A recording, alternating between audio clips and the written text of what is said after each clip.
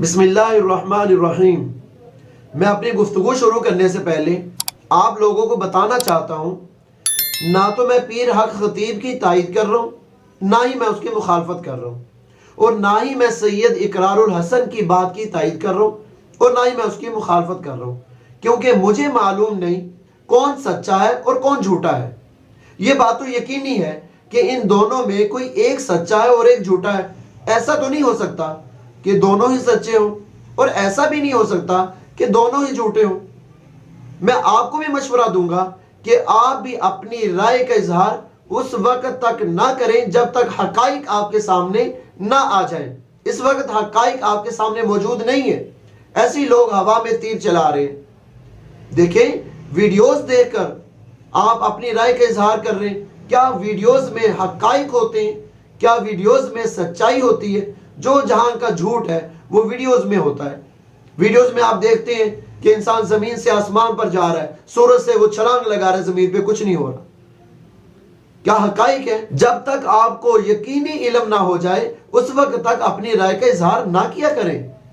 यकीनी इल्म क्या होता है? यकीनी इल्म वो होता है कि आप जिसके बारे में कसम उठा सकते हैं कि अल्लाह की कसम ये बात ऐसे ही है, वो यकीनी इल्म होता है। जिस बात के ऊपर आप कसम नहीं उठा सकते वो यकीनी इल्म नहीं है। उसके होते हुए आप अपनी राय का इजहार ना कीजिए, ऐसी अपनी आखिरत को बर्बाद करने वाली बात है।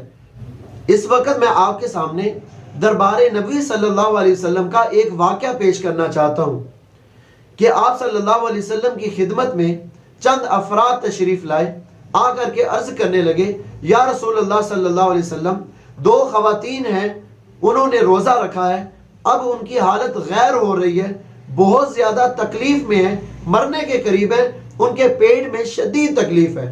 आप सल्लल्लाहु अलैहि वसल्लम, जो कि दुनिया के सबसे बड़े मुआलिज, आप सल्लल्लाहु अलैहि वसल्लम ने फरमाया कि उन दोनों को बुलाया जाए। जब उन दोनों खवातीन को बारगाह नबी सल्लल्लाहु अलैहि वसल्लम में पेश किया गया तो आप सल्लल्लाहु अलैहि वसल्लम ने बर्तन मंगवाया। एक खातून से कहा कि वो क्या करे। जब उसने क्या की तो उसके पेट से गोश्त के लोथड़े जमा हुआ खून निकला। जब दूसरी खातून से कहा क्या कर, फिर जब दूसरी खातून ने क्या की तो उसके पेट से भी गोश्त के लोथड़े जमा हुआ खून पीप निकला।